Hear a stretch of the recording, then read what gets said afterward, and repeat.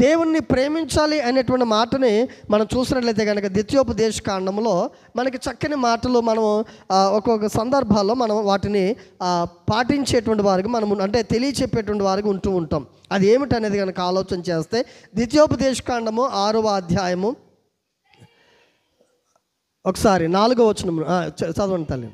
ఇశ్రాయేలు వినుము, మన దేవుడైన యెహోవా అద్వితీయుడగు యెహోవా నీ పూర్ణ హృదయముతోను, నీ పూర్ణాత్మతోను, నీ పూర్ణ శక్తితోను నీ దేవుడైన యెహోవాను ప్రేమింపవలను. నేడు నేను నీకు ఆజ్ఞాపించు ఈ మాటలు నీ హృదయములో ఉండవలను. ఆల్రెడీ చెప్పాడు కదా మోషే. ఆల్రెడీ ఈ ద్వితీయోపదేశ కాండంలో మోషే ముందుగానే చెప్పాడు. మోషే ద్వారాగా దేవుడు రాయించుకున్నాడు పరిశుద్ధాత్మ ద్వారాగా. అయితే ఇక్కడ మోషే ఆల్రెడీ చెప్పాడు దీని యొక్క విలువ ఏమిటనేది కూడా చెప్పాడు. ఏంటంటే కనుక నేడు నేను నీకు ఆజ్ఞాపించు ఈ మాటలు నీ హృదయంలో ఉండాలి.